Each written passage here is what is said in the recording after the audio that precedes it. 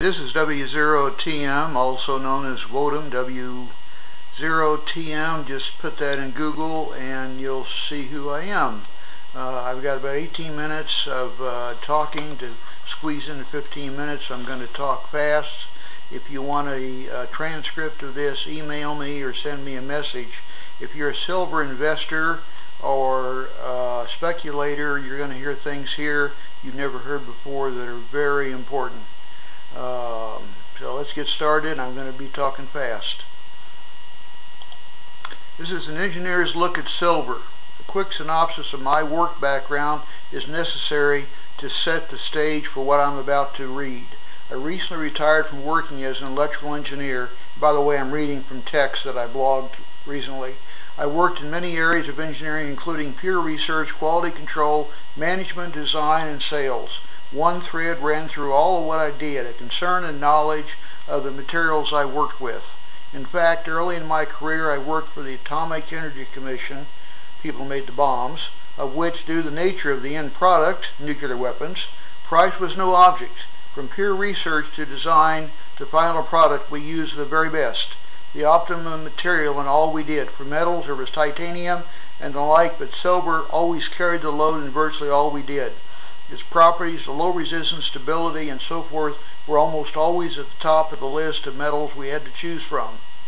Back then, silver was just a metal, not being expensive unless an end product was almost entirely silver and quite large. Except for a few spikes in price caused by market forces, not demand, the price of silver remained low until the 1990s. The price was still relatively low until not too many years ago. Why is that?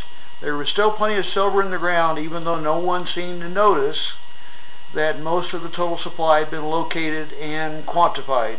Switching hats for a moment to that of an investor, it became obvious to me in the late 1980s the world was running out of silver and might even run out in industrial use amounts, I mean like tons, in my lifetime.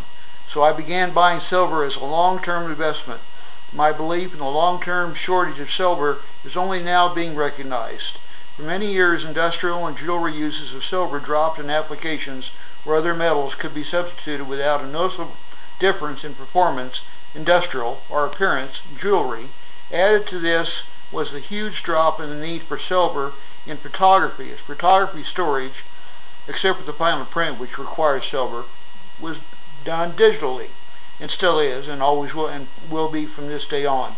Well, the substitution of other metals has essentially reached the end of the line within the last 10 years. Today, in most applications where silver is used in industrial and jewelry both, it almost has to be silver.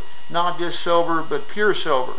Well, this was going on. Industry, but now not just mostly electronics, had been discovering hundreds of new must-be silver applications every year.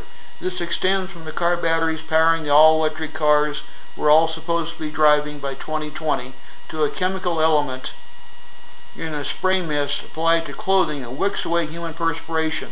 I bet you didn't know that. The sweater you're wearing may be wicking away sweat because it's got silver sprayed on it. The applications of silver seem to be endless. The speed of finding new applications continues to accelerate. Silver is an amazing metal. As a quick note of comparison, I am not aware of any application where gold is currently used that something else cannot be substituted for it.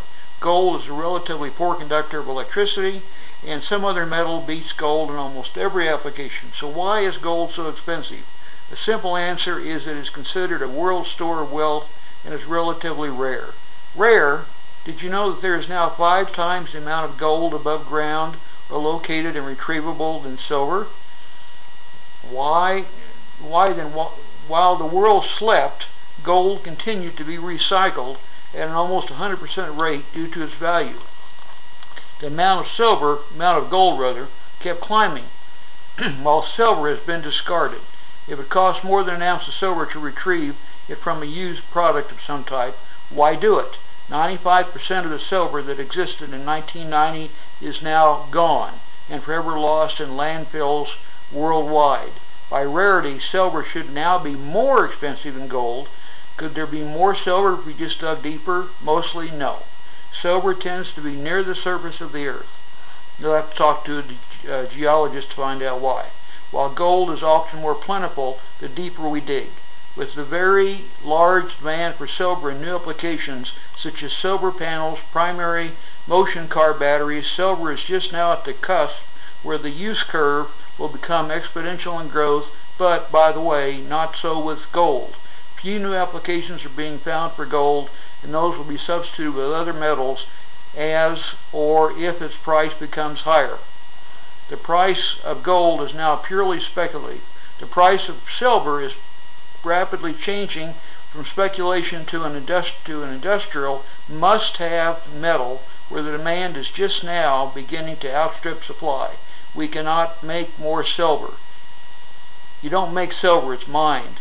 It's been said if we don't begin to recycle silver now, silver will become the first metal in the periodic table. Remember that from high school periodic tables? To become extinct. I guess is by the year 2020. I'm talking about industrial quantities, tons of silver. Some say, unlike gold, where new finds are occurring on a regular basis, most of the world's silver has been mined and already used, or located to be mined at a later date. Remember, silver often appears near the surface and is relatively easy to extract. I'll leave the reasons why the price of silver has been kept so low to others, but it must be market manipulation. To me, nothing else makes sense. Industrial use of silver is now 53% of the market of silver.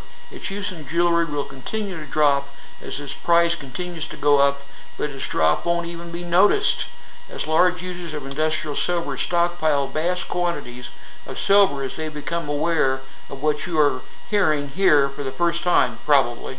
Its price and its scarcity will skyrocket as a self-fulfilling prophecy. I refer you to an Exit article found at, and I'll put the email down below, or I'll put it here somewhere, or email me for it, or message me for it. It's on endomail.com for far more details than you'll find here. If the price of silver does climb significantly soon to bring forth 100% recycling, the world must step in and do something. It must begin to recycle silver. Silver is a must-have metal, and without it, technology of the future will be hindered to a great degree. Not only do I expect large users of silver, like electronics, to stockpile large quantities to last them for many years, I can visualize countries deciding the possession of silver to be an issue of national security. Perhaps several already do. I suspect China does.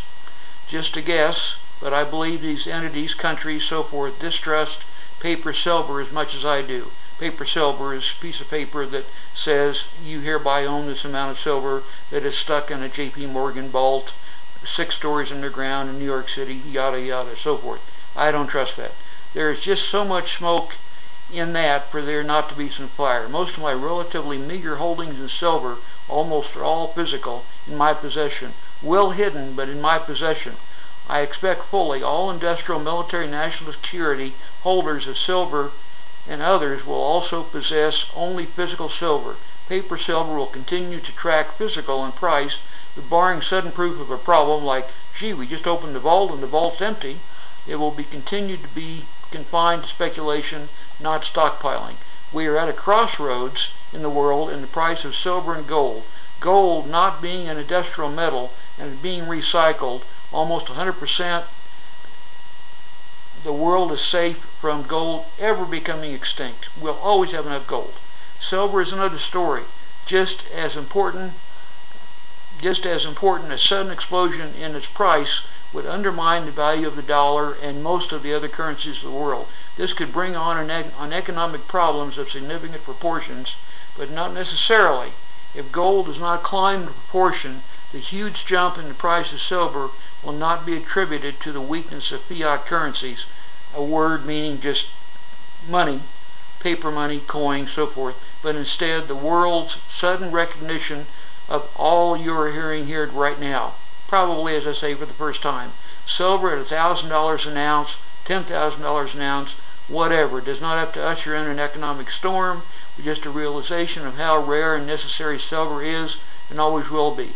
I'll leave the financial and economic aspects at that. I'm writing as an electrical I'm reading as an electrical engineer, having followed and used silver for over 40 years and very cognizant of the pitfalls that are much closer than most people, industries, and governments realize. It could easily become as serious as some of the other shortages experts say we'll face in the future, like fresh water. Except I believe silver will be ahead of the other shortages and could become front page news within a year or two. The world would then say, with very good reason, where were the experts? Why didn't they warn us? Who is to blame for the price bearing no relationship to silver's true long-term must-have need by the world? Questions that will demand answers. Somebody should pay the price, but they probably won't. A company CEO of a large user of silver is not doing his or her job looking after the long-term future of their company if they are just not today buying all of the physical silver they can obtain. Yes, they might be saved by the discovery of a synthetic silver, such as industrial diamonds were developed, but alchemy has been the holy grail of science for thousands of years with nothing to show for it. The discovery of synthetic silver is not something I would bet my company on. Yes, you would tie up millions and billions of dollars in metal that just sits for many years, but do you want to pay $22 an ounce right now or $5,000 an ounce 20 years from now? Many companies believe they are protected by buying silver futures. That's a dangerous bet. The silver of the future contract, read the fine print, can just give you your money back, your currency back. They don't have to give you your silver. You're out of luck. Right now, most people think of silver as an investment and nothing further. That's short-term thinking. They're thinking, will it go to $25 an ounce or tumble to 10? Well, how about thinking big thoughts? How about instead, is this history-changing shortage due to manipulation, and what can be done to make optimum use of this dwindling, vital, natural resource, namely silver? This is Woדם signing off. Thank you very much for watching and listening, and I hope you obtain some new information from this. Thank you very much.